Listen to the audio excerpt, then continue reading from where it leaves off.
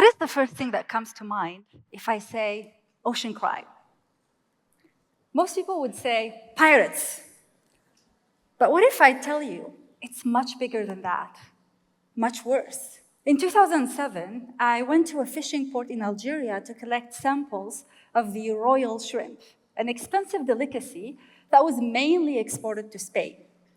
Brave and broke me was there every day, begging every single fishing captain to give me a handful so I could weigh them, measure them, and obviously eat them.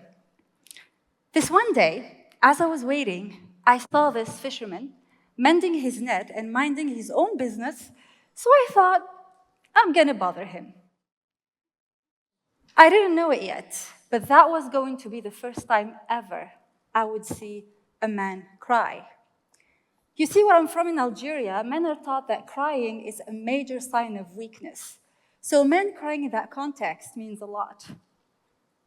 Yet there I was, completely blind and clueless, just wanting to ask my questions. What did you fish today? Nothing. I'm going home empty-handed. I don't know what to tell my kids. You see that trawler over there? He took all my fish away. He was wiping tears off his face. That day, it wasn't weakness rooted in patriarchy that I saw, but actual desperation and fear. While that trawler was catching shrimp illegally for some wealthy consumers in Spain, that old fisherman had nothing. And I thought, how unfair, right?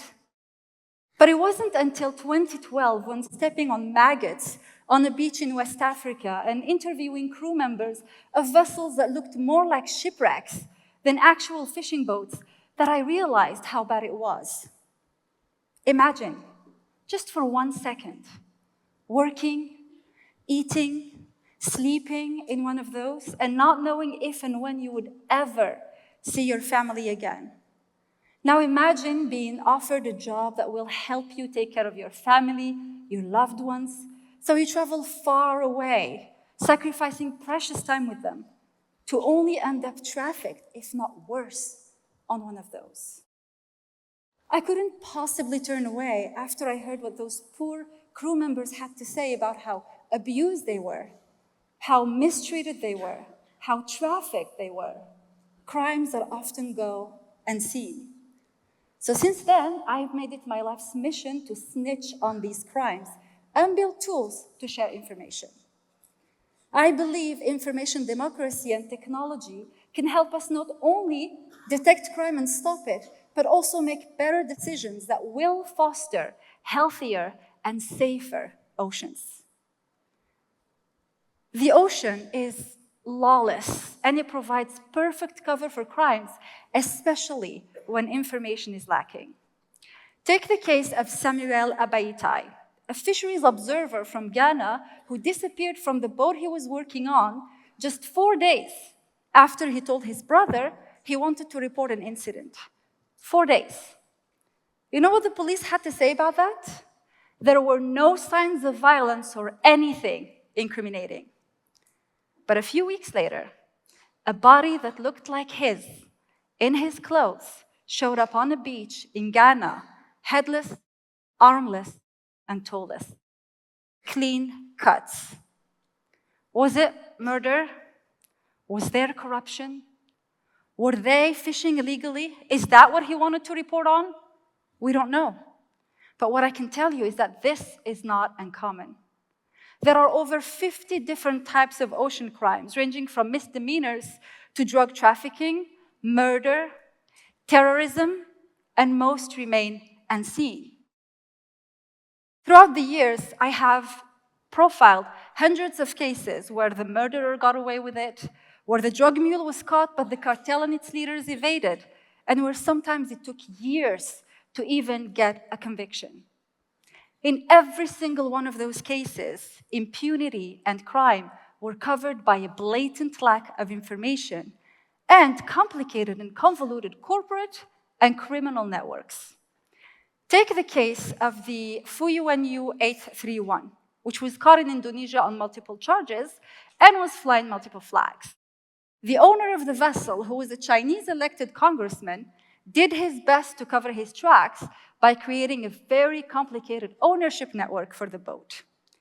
The Fuyuanyu 831 came all the way from China, was apparently owned by a shell company based in Timor-Leste, which in turn was partly owned by a Chinese state-owned company, and that's when that congressman comes into play.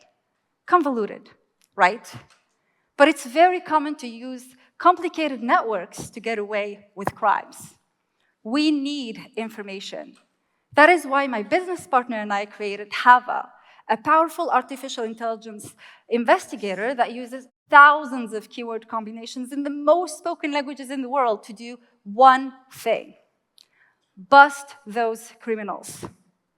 The program first looks for crimes online from all available databases, ranging from press releases to Interpol notices, figures out who's involved, documents their identities, ship routes, location, and criminal groups. To build the tech, we spoke to ethicists to reduce bias. We partnered with law enforcement to understand the gaps, and we even consulted with criminals to learn how they escape detection. With Hava, we simply see it when a dangerous and potentially criminal vessel enters the waters of any country, or when a shady company wants to do business within that country. Right now, we can see the ships, where they are, where they're going, but we don't really know what's happening on these ships or what they may be up to. Much like profiling a known person of interest or knowing when a repeat and dangerous sex offender is back in town, Hava gives us the ability to see on a map high-risk ships even when they look innocent on the surface.